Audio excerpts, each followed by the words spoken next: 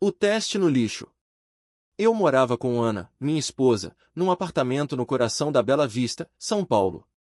Era uma manhã abafada de outubro de 2023, a primavera paulistana trazendo um calor pegajoso que se infiltrava pelas janelas entreabertas.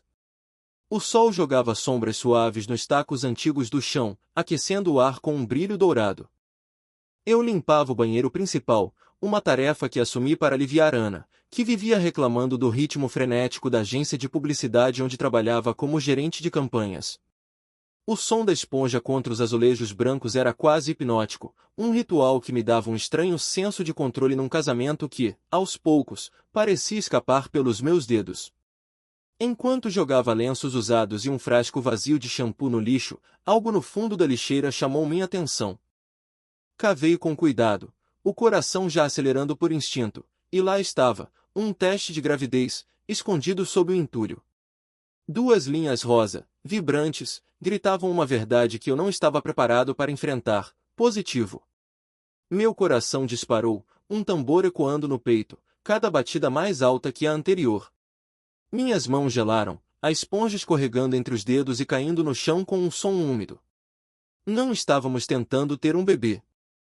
Há meses, Ana se afastava de mim, construindo um muro invisível com desculpas que eu, ingenuamente, aceitava. Tô exausta do trabalho, dizia a ela, ou preciso de espaço para respirar. Às vezes, eram dores de cabeça, outras, apenas silêncio. Cada palavra era um tijolo, isolando-nos cada vez mais. Aquele teste não era apenas uma gravidez, era uma rachadura na fachada do nosso casamento, a prova de algo mais sombrio, algo que eu temia nomear. Quem era o pai? Por que ela escondeu isso? Minha mente girava, tentando encaixar as peças de um quebra-cabeça que eu nem sabia que existia, cada pensamento mais pesado que o anterior. Conhecia a Ana o suficiente para saber que ela não cometia erros. Calculista, sempre 3 passos à frente, ela planejava cada movimento com a precisão de uma campanha publicitária premiada. Se aquele teste estava ali, escondido, ou ela não imaginava que eu, o marido que ela julgava tão previsível, o encontraria, ou era arrogante demais para achar que eu não ligaria os pontos. Pensei em confrontá-la ali mesmo, jogar o teste na mesa da cozinha e exigir respostas, minha voz ecoando pelas paredes do apartamento. Mas Ana era mestra em manipulação. Já a vi virar discussões ao seu favor com um único olhar, uma frase bem colocada que me fazia questionar minha própria memória, minha sanidade. Você tá imaginando coisas, ela dizia, com um sorriso que era ao mesmo tempo doce e cortante. Se eu a acusasse sem provas concretas, ela viraria o jogo, me faria duvidar de mim mesmo, como já fizera tantas vezes. Não. Eu precisava ser mais esperto que ela, mais frio, mais calculista.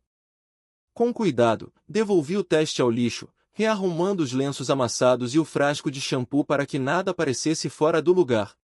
Meus dedos tremiam, mas forcei as mãos a se firmarem. Saí do banheiro com o rosto neutro, o corpo tenso como uma corda esticada, prestes a romper.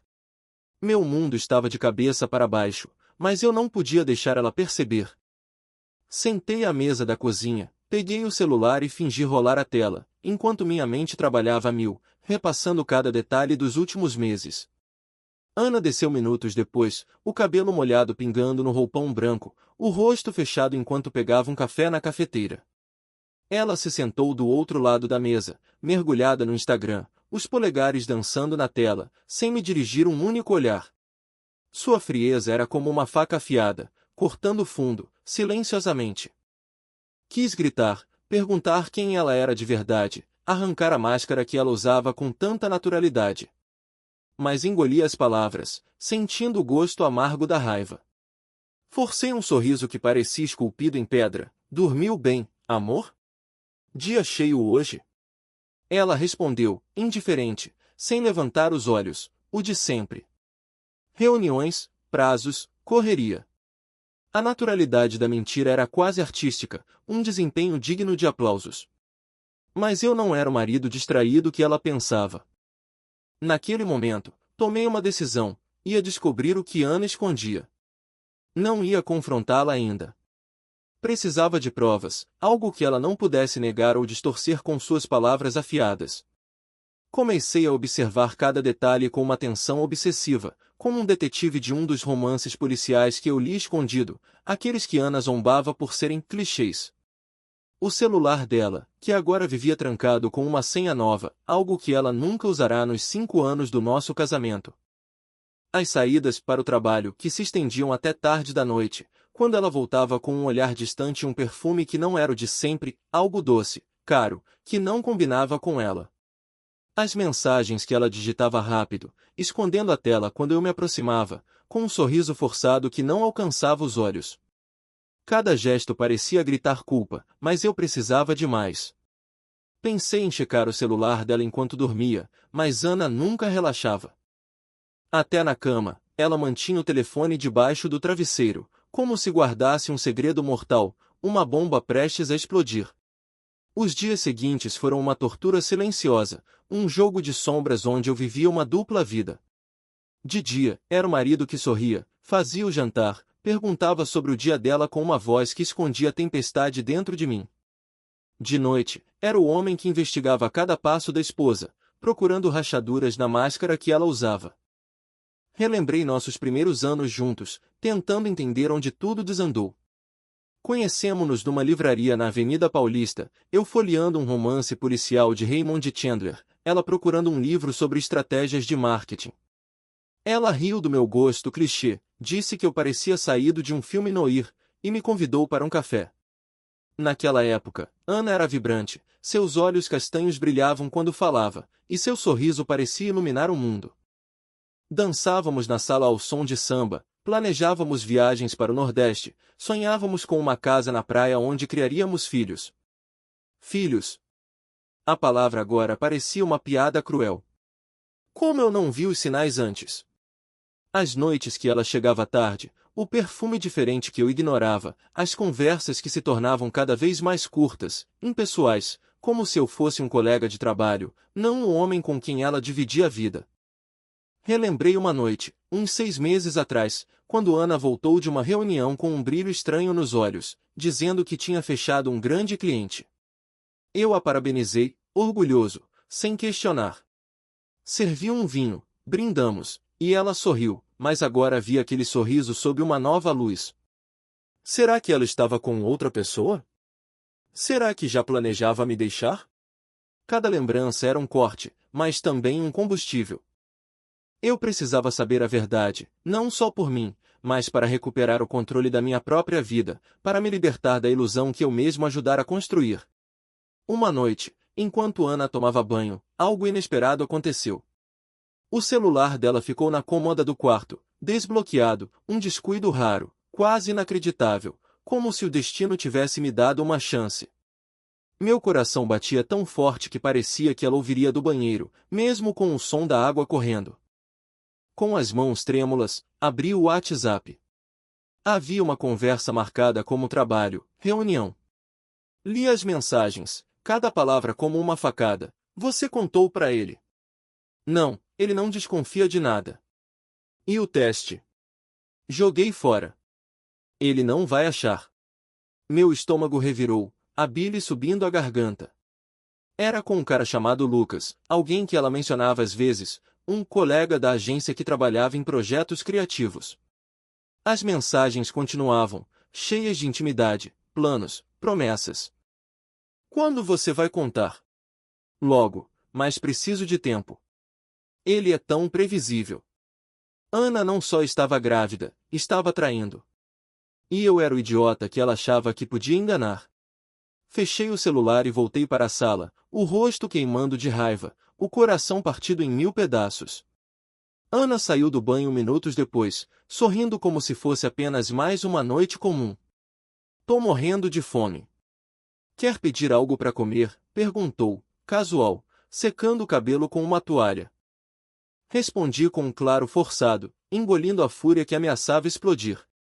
Naquele momento, decidi que não ia deixar ela escapar tão fácil. Nos dias seguintes, comecei a juntar peças, como o detetive que Ana zombava nos meus livros.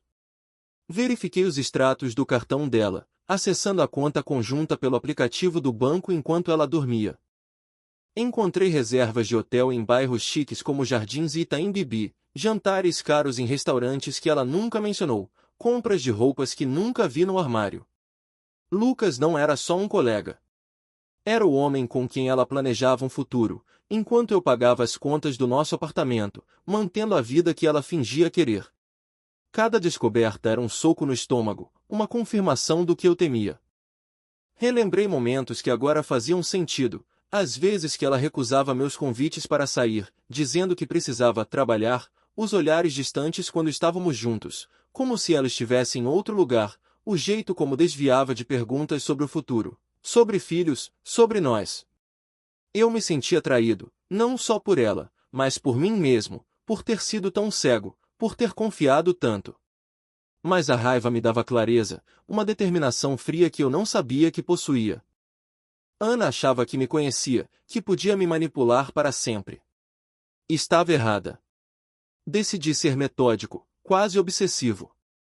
Comecei a anotar tudo num caderno escondido que guardava no fundo de uma gaveta, horários das saídas dela, mensagens que conseguia vislumbrar, recibos que encontrava nos bolsos de suas bolsas. Cada detalhe era uma peça do quebra-cabeça, uma prova que eu usaria contra ela. Uma noite, quando Ana disse que ficaria até tarde no trabalho, resolvi segui-la. Estacionei a 2 quadras da agência na Avenida Paulista, escondido na multidão de pedestres que saíam dos escritórios ao entardecer. O ar estava carregado, uma mistura de poluição e calor que grudava na pele. Às 21 horas, ela apareceu, mas não estava sozinha. Lucas estava com ela, rindo, as mãos entrelaçadas como se o mundo pertencesse a eles. Entraram num carro e seguiram para um bar na Vila Madalena, um lugar badalado com luzes neon e música alta.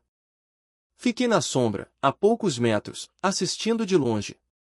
Cada risada dela era um corte no meu peito, cada toque dele uma confirmação da traição. Tirei fotos com o celular, mantendo a distância, o zoom tremendo nas minhas mãos. Era a prova que eu precisava, mas ainda não era o suficiente. Queria que ela sentisse o peso da verdade, que soubesse que eu não era o tolo que ela imaginava. Voltei para casa antes dela, fingindo dormir quando ela chegou. Ana se deitou ao meu lado, o corpo quente contra o meu, mas eu nunca me senti tão distante.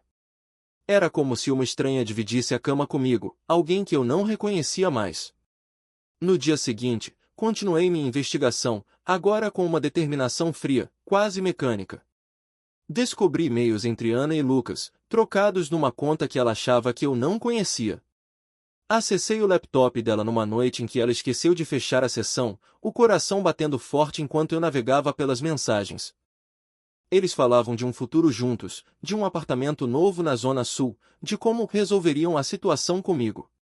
Ana planejava me convencer a aceitar a gravidez como nossa, como se eu fosse ingênuo o suficiente para acreditar. Ele vai aceitar, escreveu ela. Ele sempre aceita tudo. Cada palavra era uma facada, cortando mais fundo que a anterior. Eu sabia que confrontá-la agora seria um erro. Ana negaria tudo, choraria, me chamaria de paranoico, como já fizera em discussões menores. Precisava de algo que a encurralasse, algo que ela não pudesse manipular com suas lágrimas ou palavras afiadas. Passei semanas coletando provas, capturas de tela das mensagens, fotos da noite no bar, extratos bancários que mostravam os gastos secretos. Até encontrei um recibo de uma clínica particular na Moema, onde Ana fez um exame de gravidez. Tudo apontava para a mesma verdade, ela vivia uma vida dupla, e eu era apenas uma peça descartável no jogo dela. Enquanto coletava as provas, vivíamos uma rotina de mentiras. Eu sorria, fazia o jantar, perguntava sobre o dia dela, enquanto por dentro planejava cada passo. Ana não desconfiava. Ela continuava com suas saídas, suas mensagens secretas, sua frieza disfarçada de normalidade. Às vezes, eu a observava enquanto dormia, tentando encontrar a mulher que amei, aquela que ria das minhas piadas ruins e dançava comigo na sala. Mas só via uma estranha, alguém que havia tomado o lugar dela. A dor era constante, uma sombra que me seguia, mas a raiva me mantinha focado. Eu não era mais o marido que confiava cegamente. Decidi que era hora de agir, mas não queria uma briga impulsiva. Queria que Ana enfrentasse as consequências de forma que não pudesse escapar. Pensei em expor tudo num jantar com amigos ou família, imaginando a humilhação nos olhos dela. Mas isso seria mesquinho, e eu não queria descer ao nível dela. Em vez disso, optei por ser frio e calculista, como ela. Consultei um advogado, alguém recomendado por um amigo de confiança do trabalho. Expliquei tudo: o teste, as mensagens, as fotos, os extratos, o recibo da clínica. Ele me orientou a proteger meus bens, separar as contas conjuntas e me preparar para um divórcio. Você tem um caso sólido, disse ele, folheando as provas com um olhar profissional. Ela não vai ter como contestar. Mas eu ainda não estava pronto para terminar tudo. Queria que Ana soubesse que eu sabia, que ela não me enganou. Planejei o confronto com cuidado, como se fosse uma jogada de xadrez. Escolhi uma noite comum, uma quarta-feira em que Ana voltou do trabalho mais cedo, reclamando de uma enxaqueca que eu sabia que era mentira. Enquanto ela tomava banho, deixei uma cópia do teste de gravidez sobre a mesa da cozinha, junto com uma captura de tela da conversa dela com Lucas e uma foto deles no bar. Não disse nada, apenas esperei, sentado na sala com uma cerveja na mão, fingindo uma calma que não sentia. Quando Ana saiu do banheiro, viu os papéis na mesa e congelou. Seus olhos encontraram os meus, e pela primeira vez, vi medo neles, um lampejo de vulnerabilidade que ela sempre escondia tão bem. "O que é isso?", perguntou, a voz tremendo, tentando manter o controle. "Você me diz", respondi, calmo, mas com um tom que não deixava espaço para mentiras. Ela gaguejou, tentou inventar uma desculpa. "Isso é um mal-entendido, eu juro, você tá vendo coisa onde não tem." Levantei a mão, cortando o ar. "Não minta, Ana. Eu sei de tudo. Lucas, os hotéis, os e-mails, os planos." Acabou. Ela ficou em silêncio por um momento, o rosto pálido, os olhos arregalados. Então, tentou virar o jogo, como eu sabia que faria. "Você tá sendo paranoico", disse, a voz ganhando força, tentando recuperar o controle. "Você sempre foi assim, vendo coisas que não existem." Mas eu estava preparado. Mostrei as provas, uma a uma, as mensagens, as fotos, os extratos, o recibo da clínica. "Paranoico?" perguntei, com um sorriso amargo. "Então explica isso."